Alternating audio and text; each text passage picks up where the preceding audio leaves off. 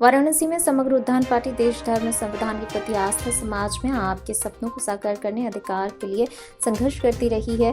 उक्त बातें श्रीलंका रोड स्थित होटल लेकव्यू में आयोजित पत्रकार वार्ता में पार्टी के प्रदेश महासचिव अंतिम पांडे और प्रदेश उपाध्यक्ष दीपक त्रिपाठी ने संयुक्त रूप से कही। उन्होंने बताया, पार्टी का मुख्य उद्देश्य देश में सैन्य आधारित शिक्षा के साथ प्रत्येक विधानसभा क्षेत्र में बच्चों के लिए निःशुल्क पुस्तकालय, प्रत्येक घर से एक रोजगार या व्यवसाय, स्मार्ट गांव बनाना, 10 गांव के बीच एक फैक्ट्री की स्थापना, जैविक खेती को बढ़ावा देना। सबसे प्रमुख कार्य पड़ोसी देशों द्वारा हमारे देश की अवैध कब्जा की गई भूमि को पुनः अपने देश में मिलाना और अतीत के गौरवशाली इतिहास की पुनर्स्थापना करना है। विधानसभा प्रत्याशी की घोषणा करते हुए बताया, वाराणसी कैंट से महेश भारती, रोहनिया से डॉक्टर राजेश राय, शिवपुर से डॉक्टर संप्रदा गंगवार, सेवापुरी से राकेश सिंह, दीनदयाल उपाध्याय, नगर मुगलसराय से अजीत सिंह, सैयद राजा से सुरेश सिंह, चकिया से दीपक त्रिपाठी और चित्रकूट से राजप्रताप को विधानसभा क्षेत्र पार्टी ने चुनावी मैदान में उतारा है। इस अवसर पर अतुल शर्मा, राजू, राजेश मिश्रा, कृष्ण प्रताप सिंह, विकास त्रिपाठी, अभय उपाध्याय मुख्य रूप से मौजूद रहे। रोहित सेठ की रिपोर्ट। मानेंगे ये राष्ट्र के विकास की बात है, ये किसी स्वार्थ की बात नहीं है। और हमारे पार्टी के जो अध्यक्ष हैं, राष्ट्रीय अध्यक्ष डॉक्टर शंकर त्रिपाठी, इनका पूरा जीवन राष्ट्र सेवा में बीत गया। वो 15 साल नॉन कमीशन ऑफिसर के तौर पे इलाहाबाद में एयरफोर्स में अपना सेवा दी। फिर उन्होंने 5 साल जबलपुर में एज ए जेलर उन्होंने अपनी सेवा दी और फिर वो as a sale tax commissioner Lucknow के रिटायर हुए हैं जो है। और उसके बाद वो राजद के 1 साल के लिए प्रवक्ता भी थे। स्मार्ट शहर क्यों, स्मार्ट गांव क्यों नहीं? हमको स्मार्ट गांव बनाना है। हर 20 गांव के बीच में एक ऐसी फैक्ट्री की स्थापना करनी है जो कि अगल बगल की जो भी उपज हो उस फैक्ट्री में उसका कार्य हो सके, वहाँ के लोगों को रोजगार मिल सके और उन रोजगार के माध्यम से कम गांव का जो पलायन शहर की तरफ है वो बंद हो पावे। दूसरा मुद्दा, तीसरा मुद्दा ये हो जाता है शिक्षा व्यवस्था।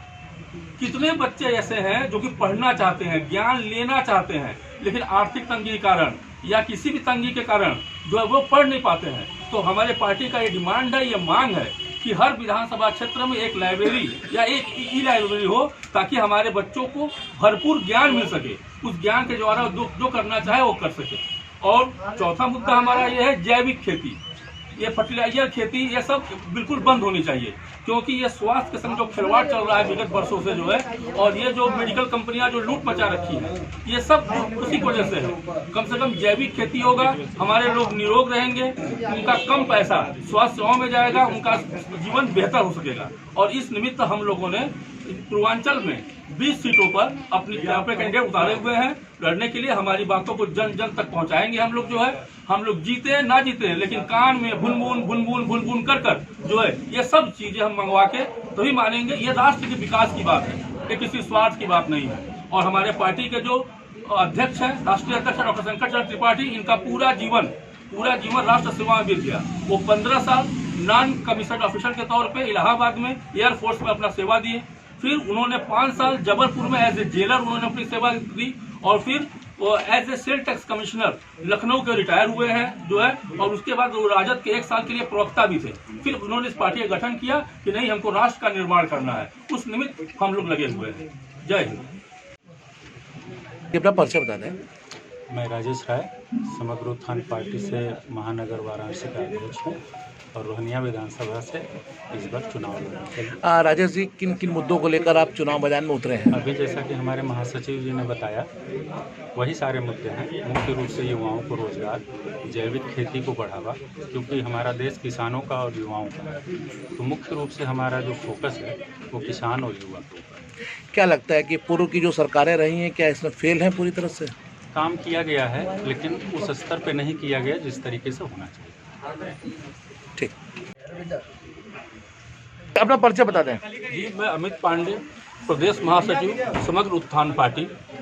हम इस मंच से घोषणा करना चाहते हैं कि पूर्वांचल के 20 सीटों पर हम अपने प्रत्याशी को उतार रहे हैं, जिनकी मंशा सीधे है कि समग्र विकास, समग्र राष्ट्र की विकास, जिसके निमित्त हम लोग जन जन तक पहुंच रहे हैं। हमारा जो पहला है कि जो हमारे देश की संपदा है वो है युवा। इन युवाओं को रोजगार देना प्रथम कर्तव्य होता है किसी भी सरकार का, क्योंकि सरकार जिन पैसों से चलती है वो हम देते हैं और सरकार उस पर चलती है, लेकिन रोजगार के रूप में कुछ नहीं देती है युवाओं को। तो युवाओं को रोजगार कैसे दिया जाएगा? 18 साल के बाद हर एक युवा को, चाहे वो लड़का हो चाहे लड़की, उसको सैन्य में 5 साल की सेवा देने का मौका मिलेगा, ताकि हमारा राष्ट्र सशक्त बने, हमारा सैन्य सशक्त बने, और 5 साल बाद अगर वो चाहे स्वैच्छिक रूप से सेवानिवृत्ति लेकर कि मैं कुछ और करना चाहता हूं तो वो कर सकता है। तो कम से कम हर घर से एक रोजगार अवश्य प्राप्त होगा। दूसरा हमारा मुद्दा है कि हमको स्मार्ट सिटी नहीं चाहिए, हमको स्मार्ट गांव चाहिए। हर 20 गांव के बीच में एक फैक्ट्री की स्थापना हो, ताकि उस गांव का उपज उस फैक्ट्री के द्वारा निर्मित चीजों पर लगे और हमारे लोगों को वहां का रोजगार मिले, ताकि उनका शहर की तरफ पलायन रुके। अमित जी, यदि आपकी पार्टी सत्ता में आती है, यहाँ से आपके विधायक बनते हैं, तो क्या प्रथम प्राथमिकता होगी? हमारी प्रथम प्राथमिकता होगी युवाओं को रोजगार देना। पहला क्योंकि युवा जो देश की सबसे महत्वपूर्ण शक्ति है, महत्वपूर्ण संपदा है, वो ऐसे ही व्यर्थ जा रही है। तो पहला काम होगा पहले कि उनको रोजगार का सृजन करना। ठीक।